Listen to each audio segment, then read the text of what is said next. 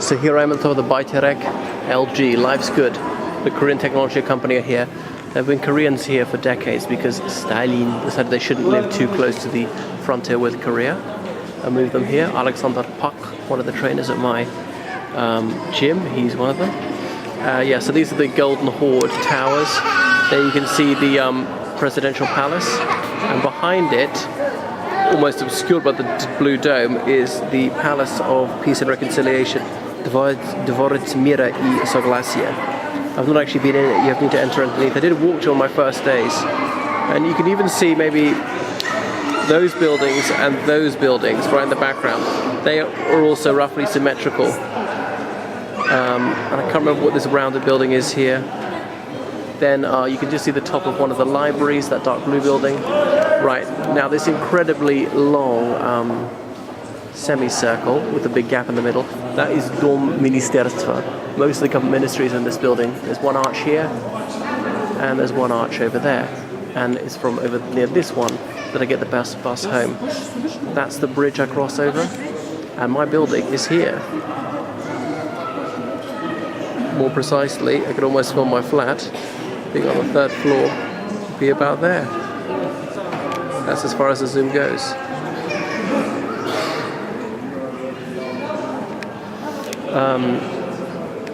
Right, because I went to a cafe in on Prospect Kunayev, one of my first days, but I can't find Kunayev, Prospect Kunayev on this. So this is the administration public center of the Kazakhstan Republic. So that's what I was talking about, the pyramid, the Palace of Peace and Reconciliation, which is lined up with the presidential palace.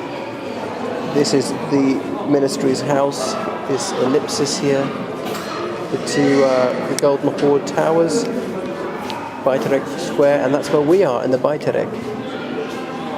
Okay, in this huge globe atop the curious curved supports.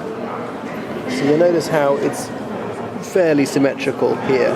Even these towers on either side, they're not quite symmetrical, but the idea of having towers on either side, lots of shopping centres, restaurants, and very high rent offices. And this is the Kazmunagas headquarters. You can see that's not quite symmetrical, these rounded buildings here. It's redolent of St. Peter's Basilica, and that's Khan Shatir, which is the shopping and entertainment centre. There's a sort of artificial beach at the top floor, and now they've actually got a passageway or footpath passage high up between this tower block here and the thing, and then beyond that is just open space, because that's what it was, just a solitude before they built all this stuff. There's a mosque there, which I've not actually been into. I bumped into a rabbi, bizarrely, on Friday when I was coming out of my gym. Здравствуйте, Alexandrina.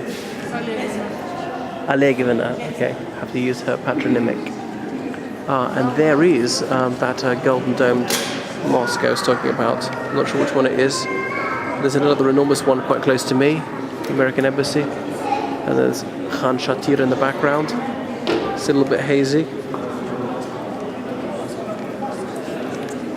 And and this building here is a deliberate doff of the cap to Moscow. Looks like one of those Seven Sisters constructed in the 1950s. There is the huge flagpole. I can see it with the naked eye, though with the camera for some reason it's not so apparent. There we are, near that Hotel Duman that I stayed in last year. That's where my gym and pool is now. Okay, so, and there you can see what I'm talking about. Beyond the city limits, there is nothing there. The land is lonely, level, and it tapers away right to the skyline. So the idea is we're going to expand in that direction. But I was saying very far away, there are some more things being built. Very far away, right there. So there's absolutely no need to build up, as they've got so much space, being the 9th largest territory in the world, with only 16 million people. 16. The thing is, I was thinking, why do they like to build high, these gargantuan buildings? I thought, is it sheer vanity? There may be an element of that, just to emphasize the power of the state. and make the individual feel completely inconsequential. Therefore, actually, there may be method to this madness. I think it's more efficient for the heating to have, let's say, 100 houses built into a block of flats rather than 100 individual houses, because the volume as compared to the surface area, I imagine, is greater. Therefore, you're not losing heat so much. But I could have that wrong. I'm no mathematician. You see more construction building that way.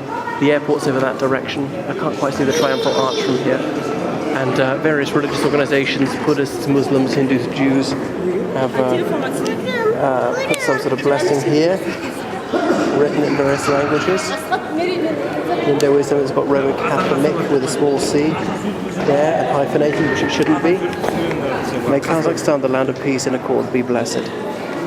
So it's not that similar to Azerbaijani as I thought it might be. I'm recognizing a few words, but some of the most frequently used words such as bread is different. Naan here as opposed to çoray or ekmek in Turkish. Naan is like an Indian word. Khalq, I got that one, that's people. It's just Persian as well. I get it in Urdu and so on. Well, yes, but you even get it in Turkish.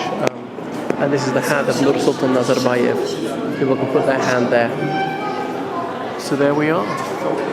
Fabulous. Well, it's a largely unique experience. The city's a very manageable size, so far I'm really liking it. I'm still having my honeymoon with a new place, as I usually do, but I can see that I will get bored of here. I thought this job might manage to do it for a year. I doubt I'll be able to do it for long, or allowed to do it for longer.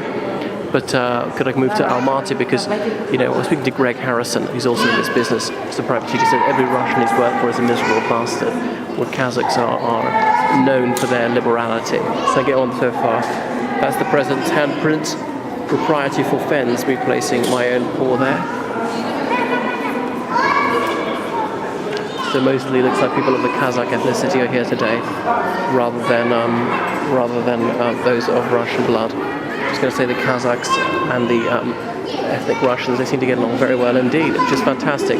That's one of the very positive things I can say about this country. It's a marvellous example of Muslim-Christian cooperation. I just think some of the bigots who are very anti-Muslim should see just how completely honourable, decent, kind, generous, merciful that many Muslims are in this country. That's a hotel built by the Chinese. Wonder where I should have my parents put up when they come here. And where my boss lives is out that direction, beyond the town. I mean, I can't quite identify it because it's a low-rise building, but it's like 10 miles away, if that. But obviously you can still see all these skyscrapers, as I say, because the land is as flat as a table. I'm very much looking forward to the summer, but you know, it's just so cold about 4 months of the year. You have to be wrapped up. So long as one's appropriately attired, it won't be a problem. The Ruski say there's no bad weather, only bad clothing. And the Russians would know a thing or two about coping with gelid climes. So bear in mind that the temperature is very low indeed. One has to wrap up warm. And once in cozy garments, it's not really a problem. Don't stay out too long. Keep moving when you're outside and just go into warm buildings quite often. Right, I'll switch it off now.